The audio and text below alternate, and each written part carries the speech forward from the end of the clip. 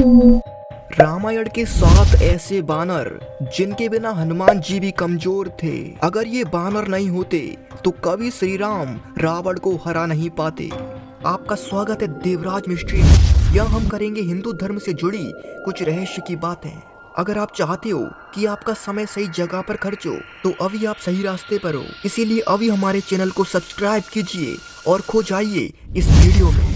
इतिहास में जब कभी भी रामायण का जिक्र होता है तो परम शक्तिशाली हनुमान जी का नाम जरूर आता है। लेकिन क्या आप जानते हो हनुमान जी के भी अलावा कुछ ऐसे बानर थे जिनके बिना हनुमान जी तो क्या श्री राम भी कमजोर थे। वे बानर इतने शक्तिशाली थे कि उनके सामने रावण भी कमजोर था और उन्होंने कई सारे राक्षसों का भी वध किया था। उन बानरों में इतनी ताकत थी कि वे एक मुक्के के प्रहार से ही बड़ी से बड़ी पहाड़ हो या चट्टान उन्हें चूर कर देते थे। तो चलिए आज हम उन बानरों के बारे में जानते हैं जो श्री राम की शक्ति होने के साथ साथ हनुमान जी की भी ताकत थे।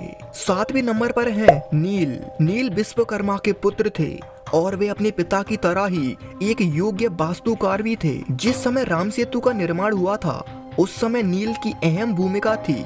नील जितने नटखट थे उतने ही शक्तिशाली भी थे। बड़े से बड़े पत्थरों को उठाना उनके लिए बाएं हाथ का खेल था। इन्होंने कई बड़े बड़े राक्षसों का भी वध किया।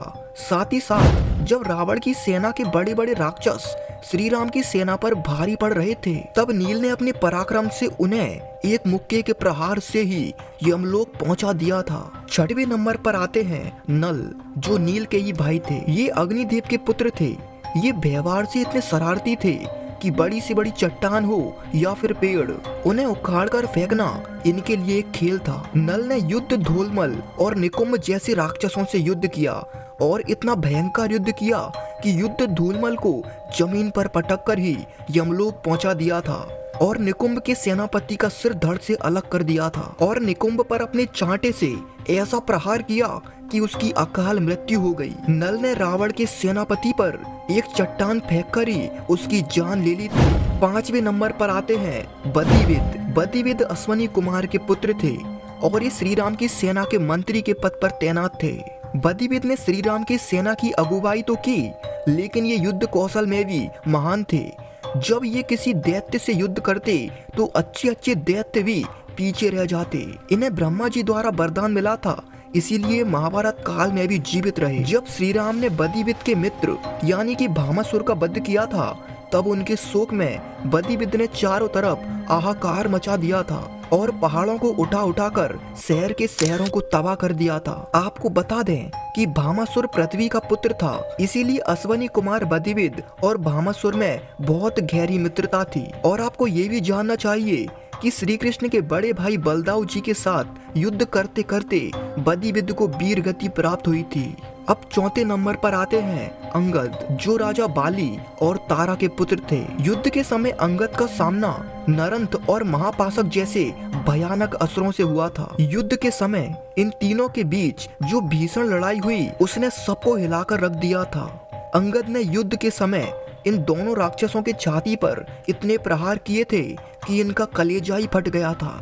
इस भीषण युद्ध को जब आसपास खड़े राक्षसों ने देखा तो वे थर थर कांपने लगे थे और वहां से भाग गए थे। वहीं एक बार युद्ध के समय जब अंगद का युद्ध रावण के अति बलशाली पुत्र मेघनाथ से हुआ तो पहले ही बार में अंगद ने मेघनाथ को हार का मुंह दिखा दिया था। अंगद ने मेघनाथ पर इतना भीषण प्रहार किया कि उसके प्रहार से मेघनाथ के साथी और सारथी दोनों ही मारे गए। वहीं जब श्री राम ने अंगद को अपना दूत बनाकर रावण की सभा में भेजा था तो वहां पर अंगद ने अपना पैर कुछ इस तरह से जमाया कि रावण की सभा में कोई भी ऐसा पराक्रमी नहीं बचा था जो उनके पैर को हिला सके। साथ ही साथ अंगद ने स्वयं रावण तक को चुनौती दे दी और इस तरह पूरी सभा के सामने रावण तक का सिर झुक गया था।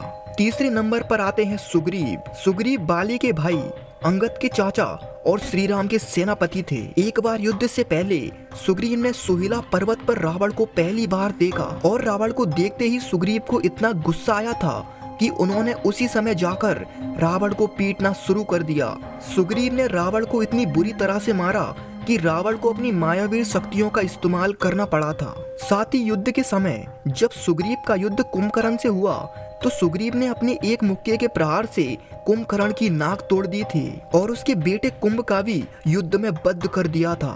और आप इस बात को तो जानते ही हो कि जो बाली और सुग्रीव के बीच युद्ध हुआ था, उस युद्ध का कारण बाली ही था। जब बाली एक राक्षस को मारने के लिए गुफा में गया, लेकिन कई समय बीतने पर भी वह उस गुफा से बाहर नहीं आया, तो सुग्रीव ने उस गुफा के दरवाजे को एक बड़े से पत्थर से बंद कर दिया था और ऐसा आदेश उसे स्वयं बाली ने ही दिया था। इसके बाद सुग्रीव ने जाकर किष्किंधा पर राज किया, लेकिन जब बाली उस गुफा से बाहर आया तो वह क्रोध से भरा हुआ था। इसीलिए उसने किष्किंधा आकर सुग्रीव का अपमान करके उसे पीट पीट कर वहाँ से भगा दिया। इसके बाद सुग्रीव ने हनुमान जी से भेंट की और हनुमान जी ने उसे श्री राम से मिलवाया। इसके बाद श्री राम ने बाली का वध करके सुग्रीव को दोबारा से किष्किंधा का राजा बनाया। इसके बाद सुग्रीव ने अपने वचन के अनुसार श्री राम के साथ मिलकर माता सीता की खोज की। दूसरे नंबर पर आते हैं बाली। बाली इंद्रदेव के पुत्र थे, इसीलिए उन्हें इंद्रदेव के द्वारा एक ऐसी माला प्राप्त थी जो लंबे समय तक उनकी सांसों को थामे रखती थी और साथ ही साथ उन्हें ब्रह्मा जी के द्वारा ऐसा वरदान प्राप्त था कि जब कोई प्रतिद्वंदी उनके सामने आता है तो उसकी आधी शक्ति आ जाती है। इसीलिए एक दिन अपने घमंड में चूर होकर रावण ने बाली को चुनौती दी।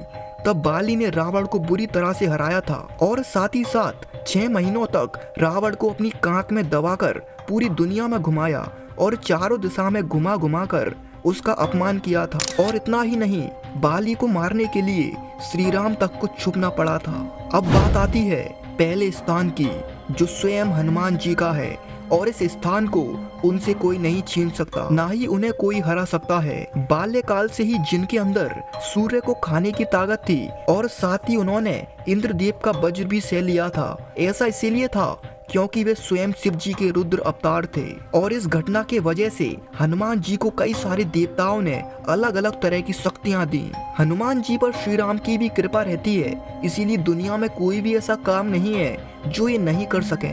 श्री राम के कहे अनुसार हनुमान जी माता सीता की खोज करने के लिए लंका तक चले गए। उन्होंने पूरी लंका को जला ही डाला, जबकि वहाँ पर स्वयं रावण भी मौजूद था और घमंड में चूर इंद्रजीत यानी कि मेघनाथ भी। और इतना ही नहीं, उन्होंने अशोक वाटिका में ही रावण के पुत्र अक्षय कुमार को मौत का मुंह दिखा दिया था। और जब मेघनाथ उन्हें बंदी बनाने आया तो उसने ब्रह्मास्त्र का प्रहार किया, लेकिन हनुमान जी ने ब्रह्मास्त्र का मान रखने के लिए खुद को बंदी बना लिया।